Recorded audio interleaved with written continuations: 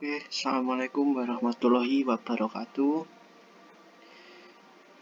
Di sini saya akan menjelaskan tentang peraturan-peraturan pada bulu tangkis. Sebelumnya, perkenalkan, nama saya Ahmad Syahrul Alfian Aziz, NPM 2315030016. Yang pertama, pengertian bulu tangkis. Permainan bulu tangkis bertujuan untuk mengembangkan shot clock atau shuttle ke lapangan lawan dengan cara memukulnya menggunakan raket. Poin akan diberikan jika shot clock jatuh di lapangan lawan atau lawan gagal mengembalikan dengan benar. Peralatan dalam bulu tangkis. Yang pertama, raket. Panjang maksimal raket sendiri 68 cm, lebar 22 cm.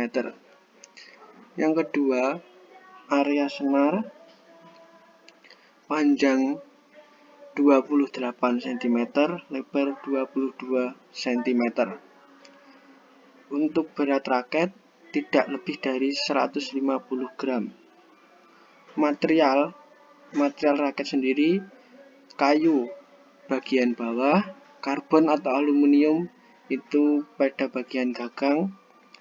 Karbon lebih baik karena lebih enteng.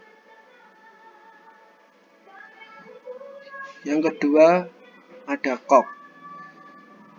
Kok terbuat dari 16 helai bulu yang ditancapkan pada gabus, seperti gambar yang di bawah ini. Untuk diameter gabus 25-28 mm. Jadi untuk ini gabusnya. Berat kok 4,5 gram. Untuk tinggi kok dari ujung gabus ke ujung bulu 62-70 mm. Jadi dari gabus ini sampai ujung kok sini. Slide selanjutnya, jumlah pemain bulu tangkis.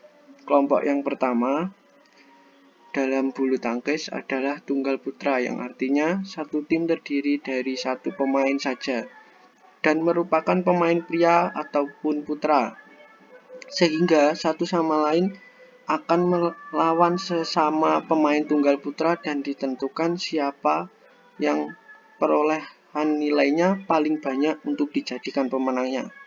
Ini adalah contoh gambar pemain putra yang tunggal. Untuk kelompok kedua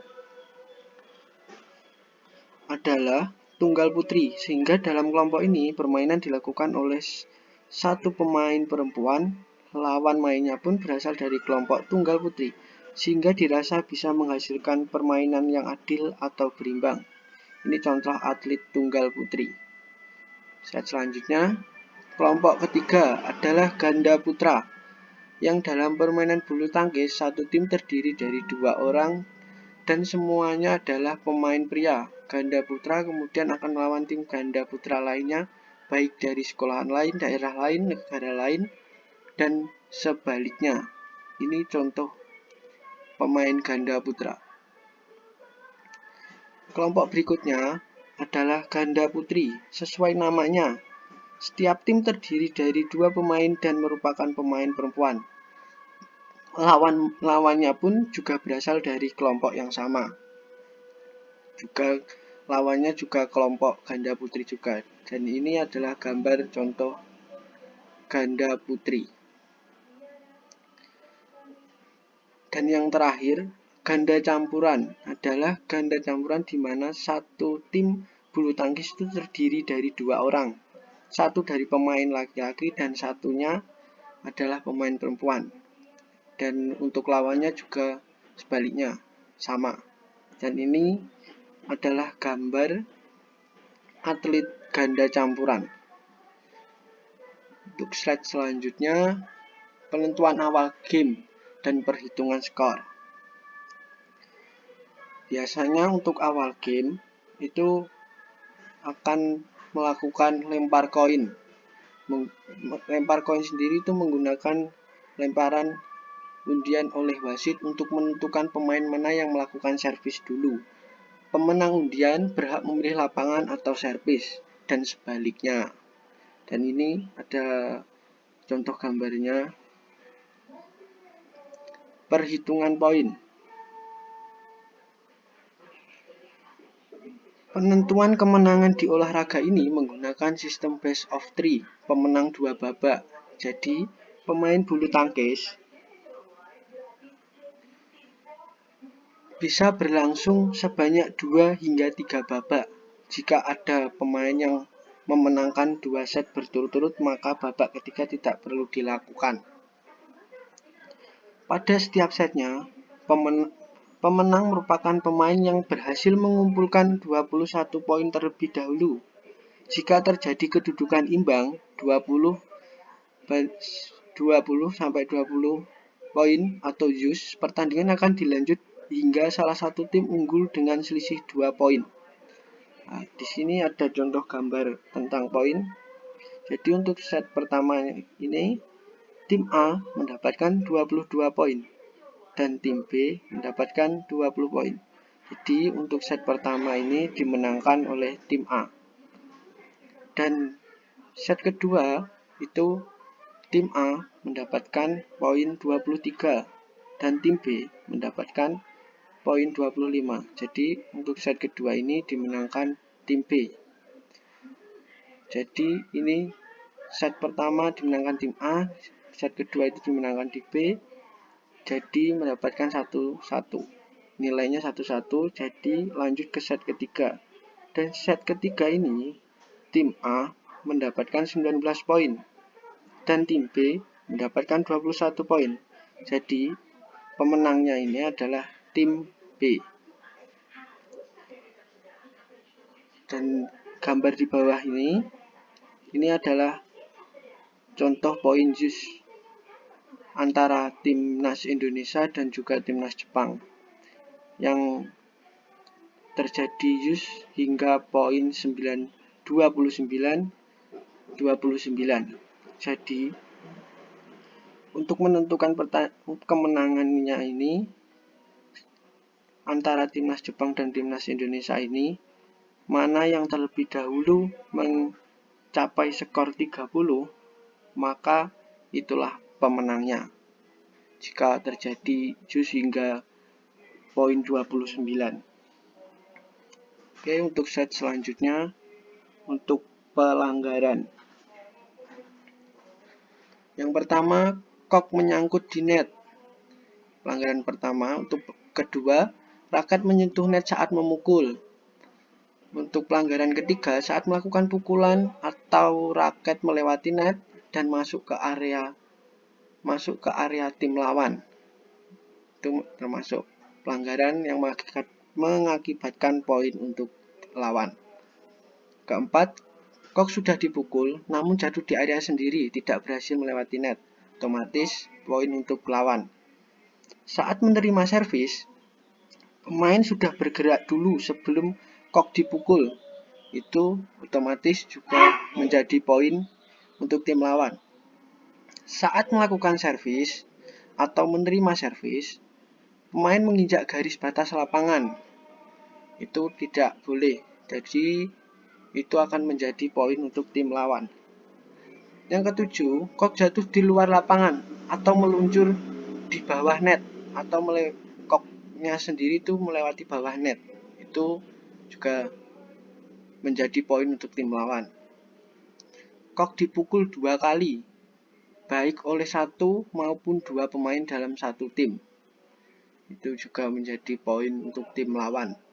Yang kesembilan, pemain sengaja mengulur-ulur waktu atau sengaja untuk mendelay pertandingan.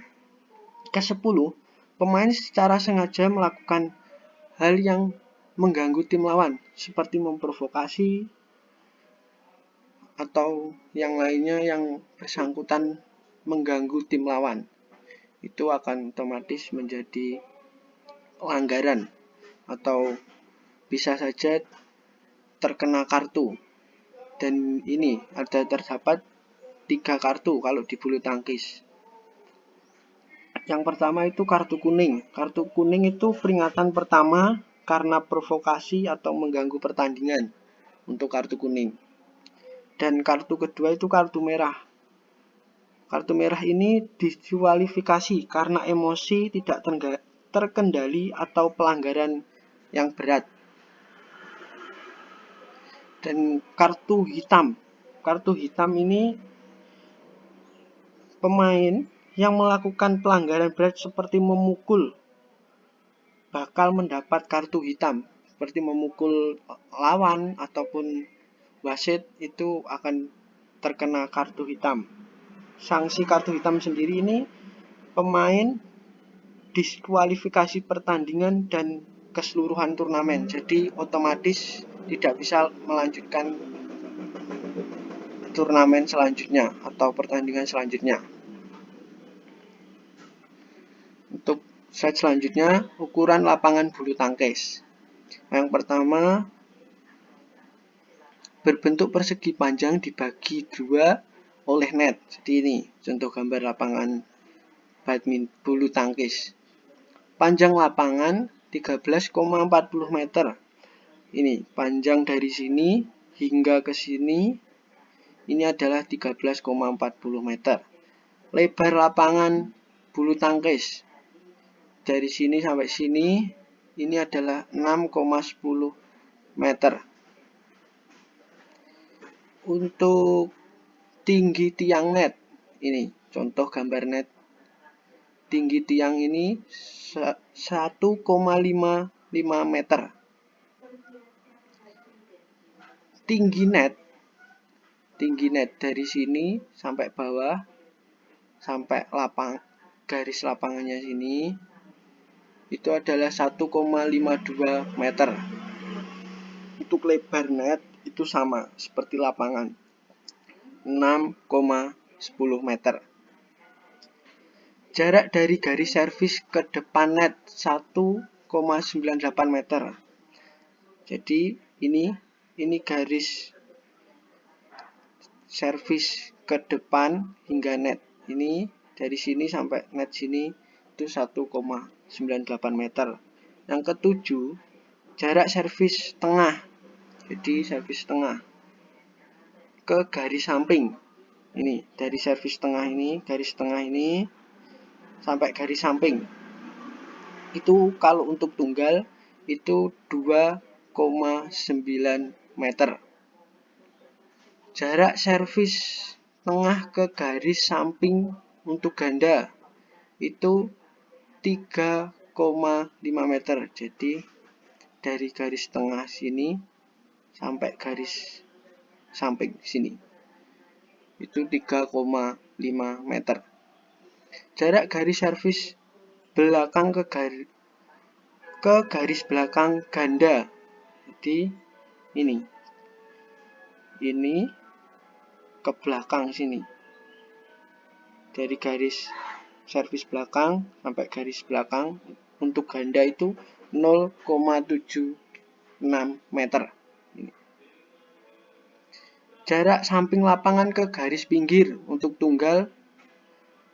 Jadi ini contohnya dari sini ke sini itu 0,46 meter. Itu ukuran lapangan bulu tangkis. Untuk ganda, kalau untuk ganda itu sepenuhnya dari garis sini ke garis sini. Kalau untuk tunggal itu hanya memakai garis yang ini dengan yang ini. Jadi tidak perlu memakai garis yang samping paling ujung ini. Jadi pakai garis yang tengah untuk tunggal.